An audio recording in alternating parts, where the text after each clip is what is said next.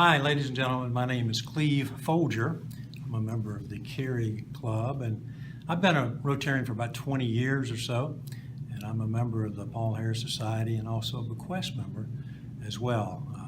If you're like me, I just have a tremendous passion for the foundation and the good that the foundation is doing, and it's so important to me, and I wonder if it is in fact to other folks as well, or perhaps even if folks know what the foundation really is about.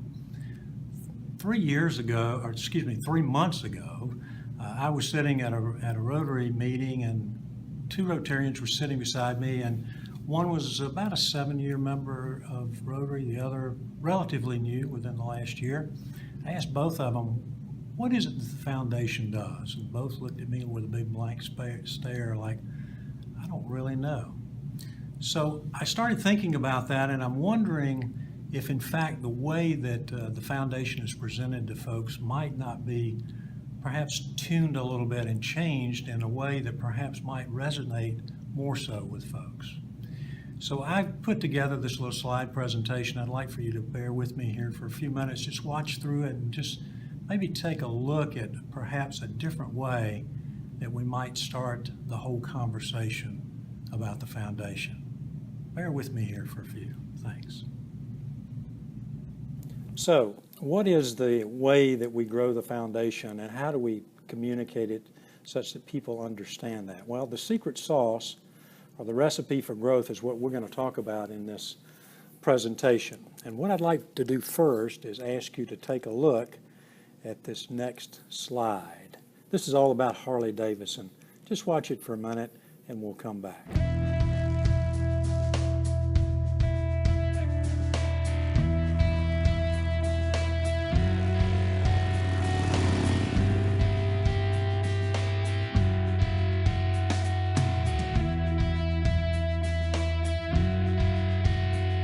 We believe in going our own way, no matter which way the rest of the world is going.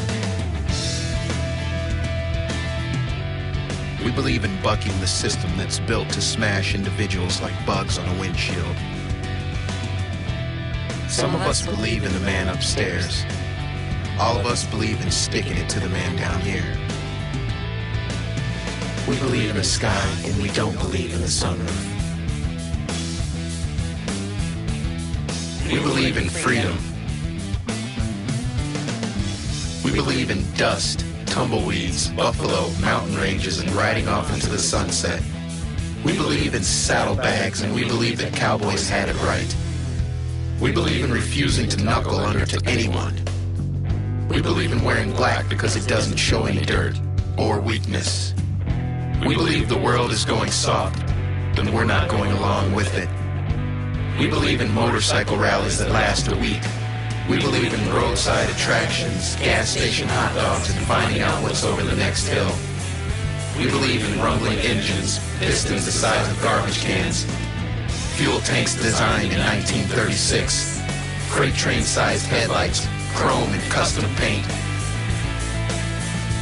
We believe in flames and skulls. We believe life is what you make it, and we make it one hell of a ride. We believe the machine you sit on can tell the world exactly where you stand. We don't care what everyone else believes. Amen.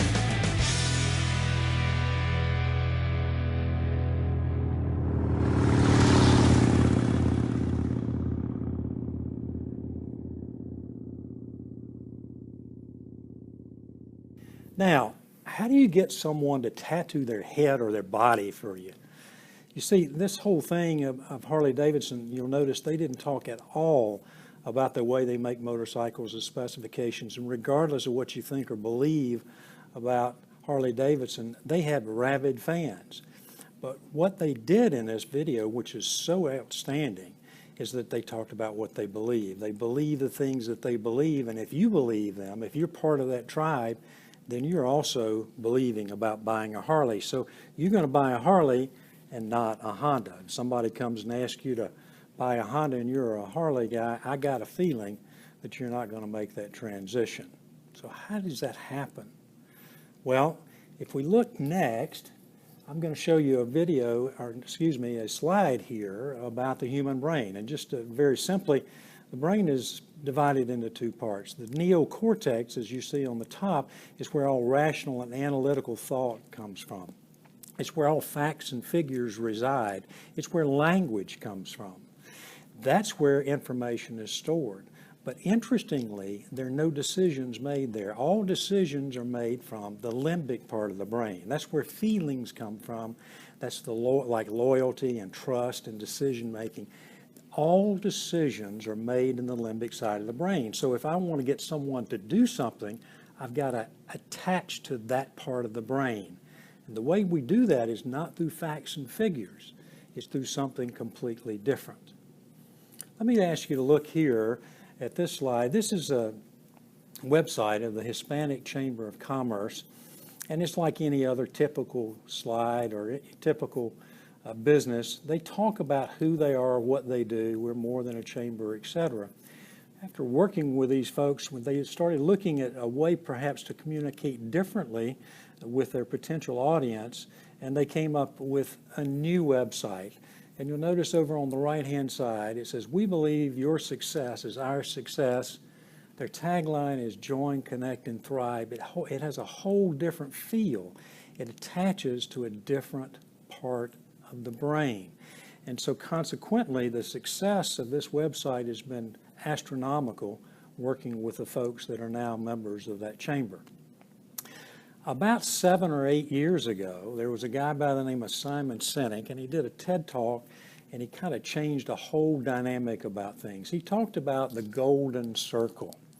And in that presentation, you can look it up on YouTube, he talked about companies typically always talk about what they do. Every company in the world, every organization talks about what they do, but the truly inspiring companies, the folks that are a step ahead of everybody else, are the companies that talk about why they do what they do. And it's a tremendously different message, because when I start talking about why, I start attaching to the limbic part of the brain rather than the neocortex when I'm discussing the what, or the facts and figures. Interestingly, I want to show you this video, and I'm going to ask you to watch this, if you will, for a few seconds here. This is the relaunch of Apple. When Steve Jobs came back to Apple, if you remember in the 80s, this happened at the Super Bowl in the mid-80s, and it was the relaunch of Apple. Take a look. Here's to the crazy ones, the rebels, the troublemakers, the ones who see things differently. While some may see them as the crazy ones, we see genius.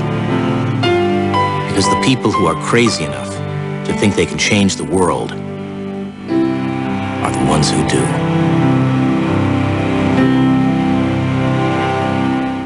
Now, what you see, everything talked about here had nothing to do with computers, had nothing to do with how they build things. It's all about what they believe.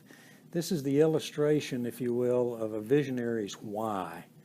And it tells how important it is to know your why, because if you believe what they believe, like to be different and to challenge the status quo, you're going to be an Apple fan for life. So here's the message. People buy your why. They don't buy your what. So experiencing that is tremendously different, and communicating that is tremendously different.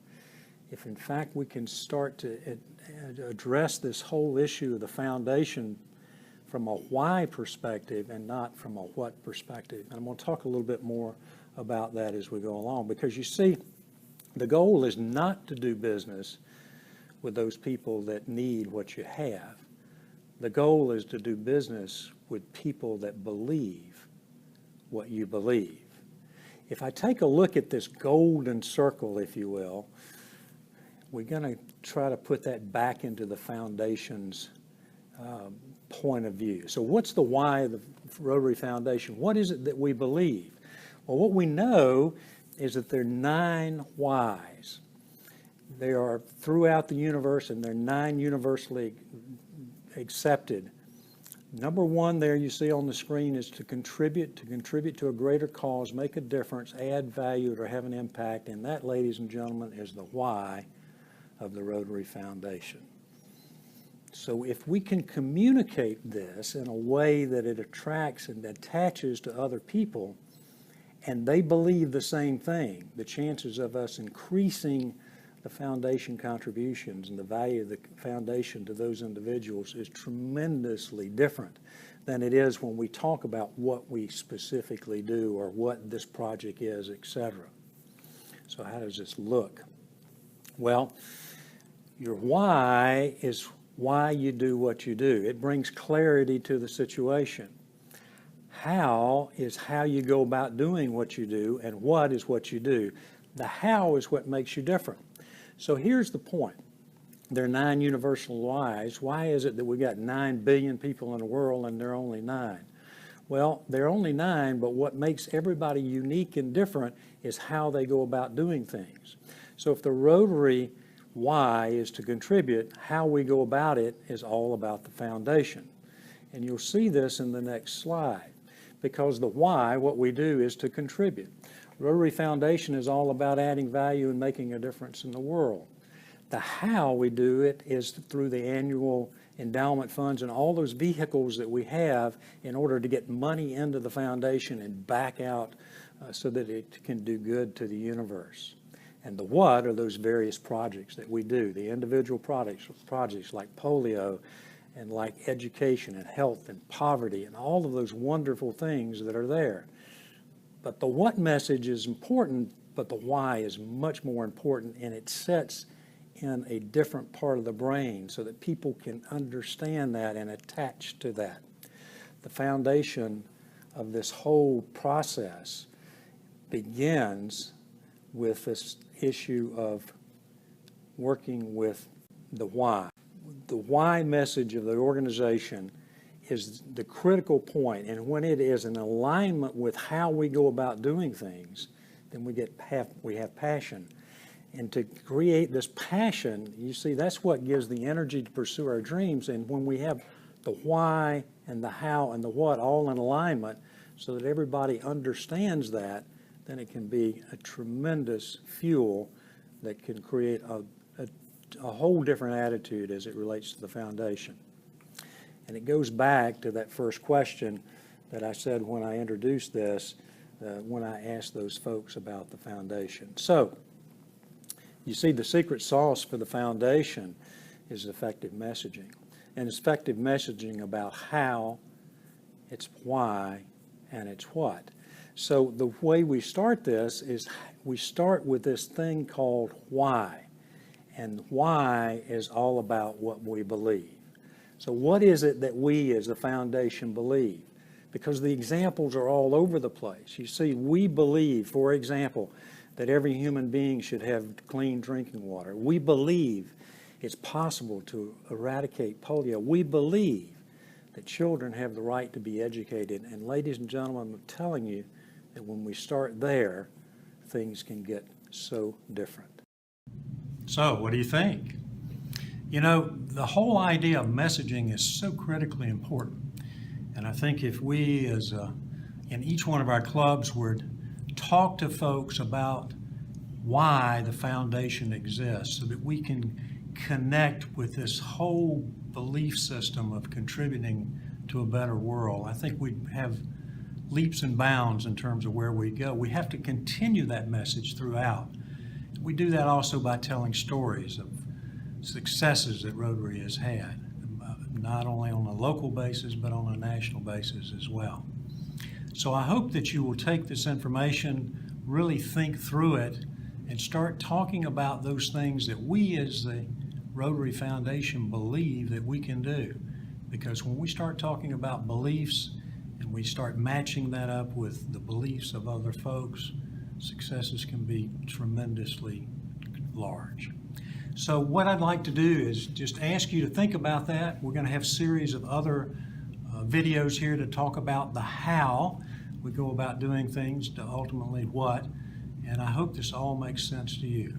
Thanks for watching, and good luck with your club.